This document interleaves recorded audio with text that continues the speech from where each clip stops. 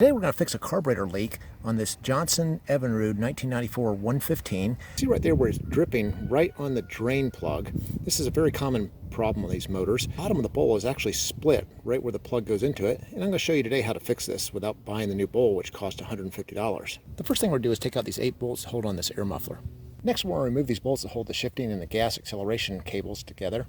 And with the bolts out, now you can take these cables and just fold them out of the way. We'll also need to take this bolt out right here to be able to get this enrichment choke off of here. We'll also need to take out these small bolts that hold on this fuel pump. Now with all 4 of these bolts out, we can actually remove this faceplate. And there's actually one hose down here on the bottom corner you have to disconnect. Next, there's 8 of these Allen head bolts. It's a little tough to get to them with actually a socket Allen extension because it wants to have a little too much pushover from the side of the carburetor. You have to use an Allen tool. On a couple of them, you have to actually go in with the deep side of the wrench like this, and then put maybe a box end over the end of this thing and use it to leverage and turn the thing like that. With the bolts out, now both carburetors will just fold down like this.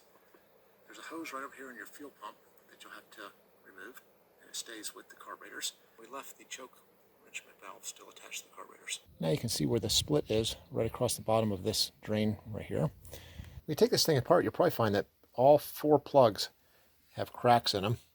So this is definitely a defect for this motor. We've got the carburetors on the bench now, and we're going to take out the 4 bolts that hold the bowl on the bottom.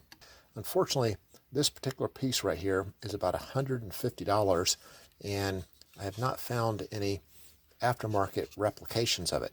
If you're watching this video and you do know of some cheap aftermarket replications, I'd love to hear about it in the comments. What we're going to do today is we're going to do a repair on this crack, and I'm going to show you exactly how to fix this and hopefully get a little bit more life out of it.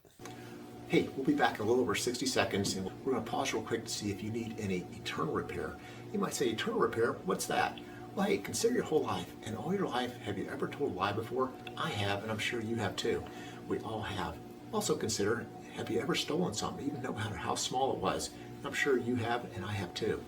The whole point of where I'm going with this is those 2 rules, lying and stealing, those are 2 of the 10 commandments in the Bible, which define what sin is. So if you've broken even one of those rules, no matter how small it was, that means you've sinned, and we all have. The punishment for sin is going to hell, or eternal separation from God. The good news is Jesus Christ came to this earth. He didn't lie, he didn't steal, he didn't do all these crazy stuff that you and I've done. He was totally without sin. He was sacrificed on the cross for my personal sin and yours. He went to the grave. 3 days later, he defeated death, and now he sits beside the Father in heaven. The whole point of why he had to take that punishment on the cross was he was taking the punishment for your sin and for my sin. But it can only be accounted to you if through faith you believe in who he was, what he did, you submit to him as your Lord, and you repent. And when you do that, you can have eternal habitation with Jesus and the rest of the saints for eternity in heaven. You might be saying to yourself, hey, I'm a good person. Surely God wouldn't send me to hell for all the nice things I've done for people. But the truth of the matter is the Bible says, by grace you've been saved through faith, and that not of yourselves. It's a gift of God, not of works, lest any man or woman should boast. There is no amount of good work you can do to earn your righteousness before God. Only faith and trust in what Jesus has done for you on the cross. Hey, let's get back to our video, and I'll have a little more information on the eternal portion of this at the end of the video. And I believe the technique I'm going to show you today is actually going to make this thing stronger than a brand new one, because actually if you buy a brand new one, probably in so many years you're going to be facing the same problem again.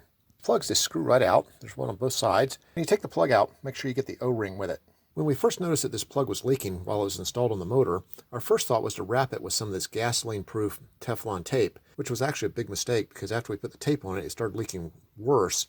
And actually what it did was it actually cracked it on up the ridge here. Next, we're going to use some engine degreaser to get all the oil off of this carburetor bowl. Next, we use a little compressed air to dry off all the water from the degreaser. Next, I'm going to take some sandpaper and I'm going to rough this thing up around the crack and the area we're going to make the repair. Okay, I've gotten it really roughed up now. What I want to point out is I sanded all the way down these sides. I sanded all the way into these corners, all the way across the bottom, and the corners again on both sides, and all the way out to the very edge of this lip right here. Let's blow all the dust off from the sanding. When you study this thing, you think about the structural integrity of it. When you screw this plug in, the plug is what's going to push outward on the sides of this thing to try and split this case. But when you get on down into here, there's nothing that's going to be pushing outwards. So this can be just more of a patch. But what we need to do is we need to have something structurally that's going to keep this thing from expanding and splitting again once we put this plug in here. See right here how the crack expands once you put this plug in here. Went and got a piece of stainless steel hose clamp. It's important that this is stainless steel because we're going to kind of use this like some rebar in concrete. And I also like the fact that it has the holes in it because that's going to allow this epoxy to go through the holes to be able to kind of seal on both sides of our reinforced patch. I went and got one of my drill bits, which is actually 3/8. You'll notice it's just a little bit narrower than what the framework of the orifice is on this carburetor bowl.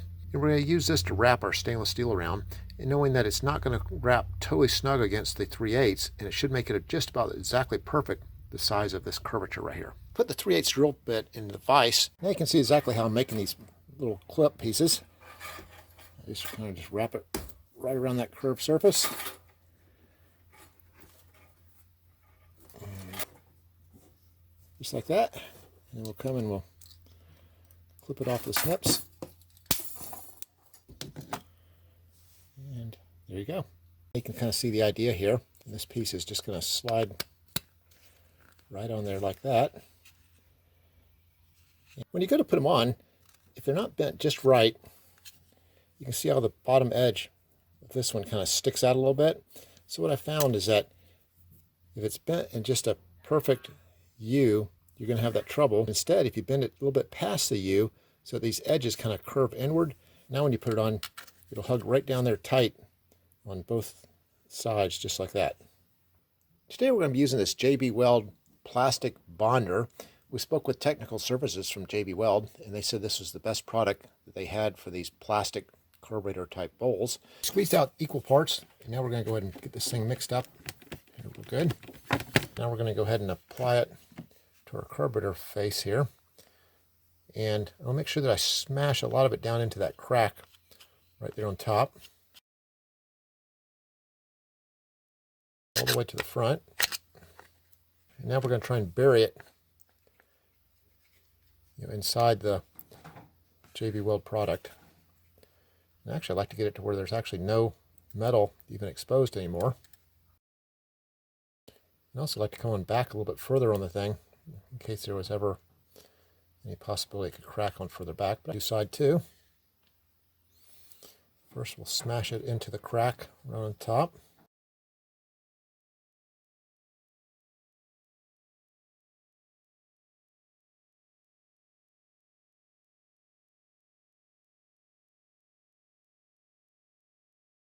Looks like this stuff wants to run a little bit, so you may have to actually set it upside down like that, and that way if any drips come down, they'll come away from the edge of your bowl. So it's been about 15 or 20 minutes, so this thing is not fully hard yet, but I'm going to go and take a razor blade. I'm just going to go and clean up any little bit that I might have gotten on the surface of this flat area where the plug goes in. And also want to kind of take a really good look and make sure that I've gotten some down in this crack. I'm going to go ahead and put a little bit of silicone gasket sealer right around the edge of this O-ring to make sure we have a good seal. There you go, just like that. And you can see how that sealed up quite nicely. We've got everything reinstalled now, and I just primed the carburetors. As you can see, our leak is fixed. Hey, as far as the eternal portion I was talking about, if you're not sure you know who God is, I encourage you to just pray like this. Say, Lord Jesus, if you are real and you are out there, I pray you would reveal yourself to me in a tangible way. And when you make that prayer, he's going to answer it, and you will know he is real. At the point you know he is real and you're ready to accept him as your Lord and Savior, the gospel is so simple. All you have to do is just pray like this. Say, Lord Jesus, I recognize that you are the Son of God. You took the price for my personal sin on the cross. I surrender my will to your will as Lord of my life. I repent of my sin. Thank you for loving me, forgiving me, and accepting me into your eternal habitation. That's just how simple it is. But the catch is that just saying those words won't do anything for you, only unless the heart believes the words that you're speaking.